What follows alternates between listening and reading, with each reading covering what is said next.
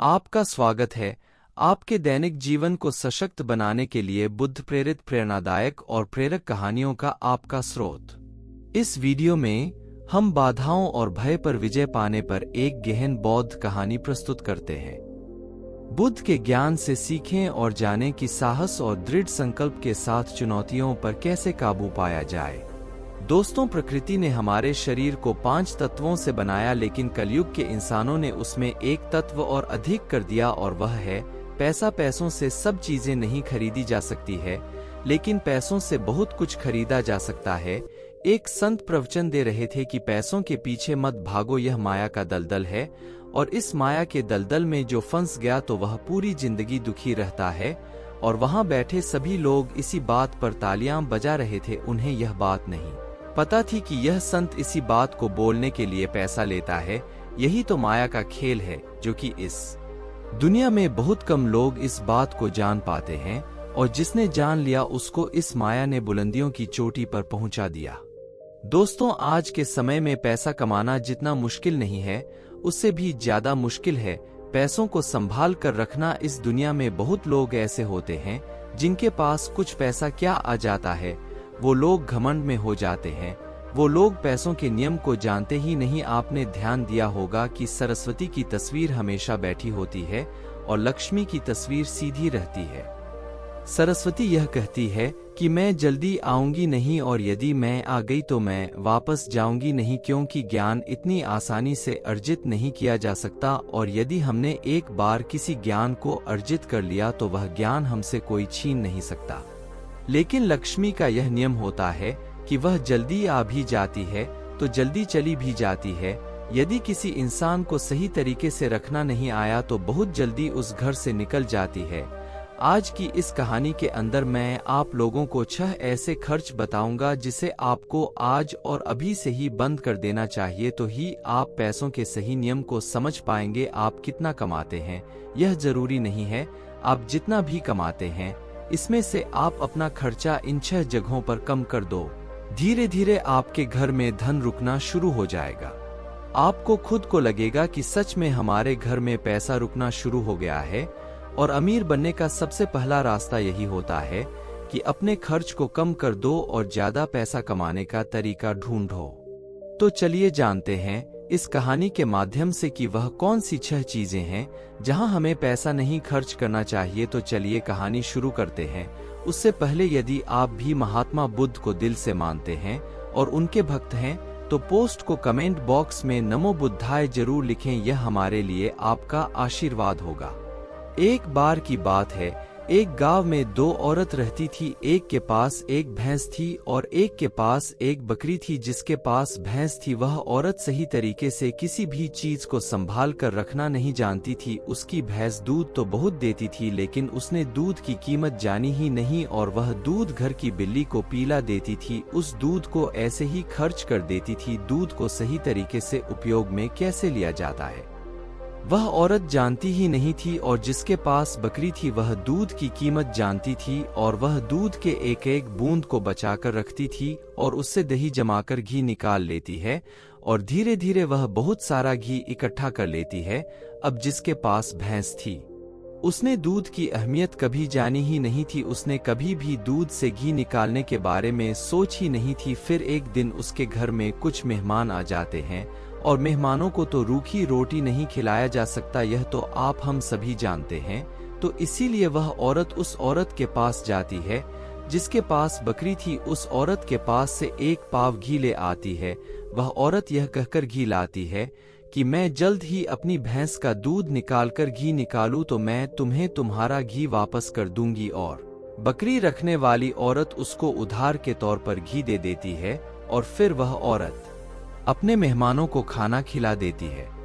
उसके बाद बहुत दिन निकल जाते हैं, लेकिन वह भैंस रखने वाली औरत उसको घी वापस नहीं करती। ये एक दिन फिर बकरी रखने वाली औरत भैंस रखने वाली औरत के पास जाती है और कहती है कि मैं तुम्हें एक बार घी दी थी तो मैं वह घी वापस लेने आई हूँ। यह सुनकर वह औरत कहती है, कौन सा घी? तू भला मुझे घी कैसे दे सकती है?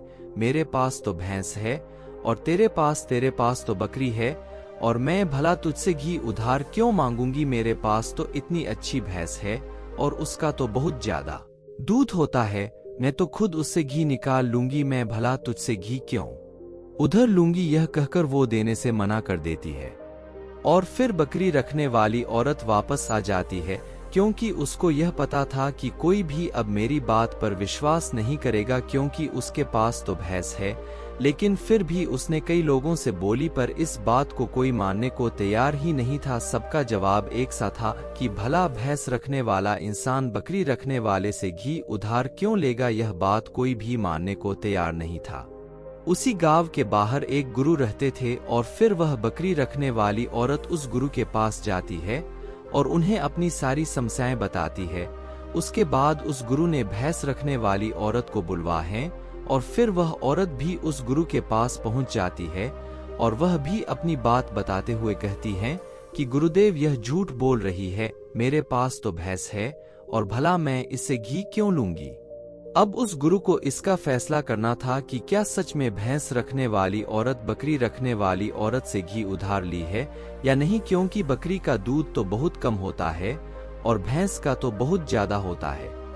तो क्या जरूरत हो गई कि एक भैंस वाली को बकरी वाली से घी उधार लेना हुआ। अब गुरु बहुत देर सोचते हैं और उसके बाद दोनों औरतों को अपने पास बुलाकर एक एक लोटा पानी देते हुए कहते हैं कि यह पानी लेकर जाओ और दोनों ही अच्छे से हाथ पैर धोकर आओ। अब एक लोटा पानी देखकर भैंस रखने वाली औरत कहती है कि गुरुदेव सिर्फ एक लोटा पानी से हाथ पैर कैसे धो पाऊंगी।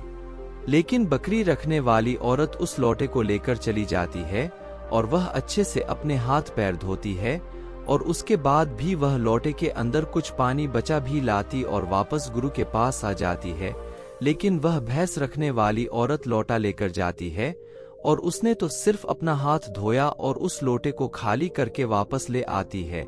जैसे ही वापस लाकर दोनों लोटा रखा जाता है, तभी वह गुरु कहते हैं कि भैंस रखने वाली औरत ने बकरी रखने वाली औरत से घी ली थी और उसे घी वापस करना चाहिए। अब जो गांव के लोग पास में बैठे थे उन्होंने कहा, गुरुदेव इससे कैसे साबित हो सकता है कि भैंस रखने वाली औरत ने बकरी रखने वाली औरत से घी उधार ली है।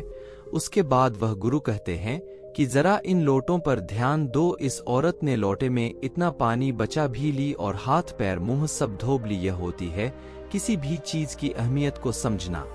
दूसरी औरत ने सिर्फ मुंह धुल कर ही लोटे का सारा पानी खत्म कर दी, क्योंकि उसको इस पानी की कीमत नहीं पता थी और जिस चीज की हमको कोई कदर नहीं होती वो भले ही हमारे पास कितने भी हो वह नष्ट हो ही जाती है, वह खत्म हो ही जाती है।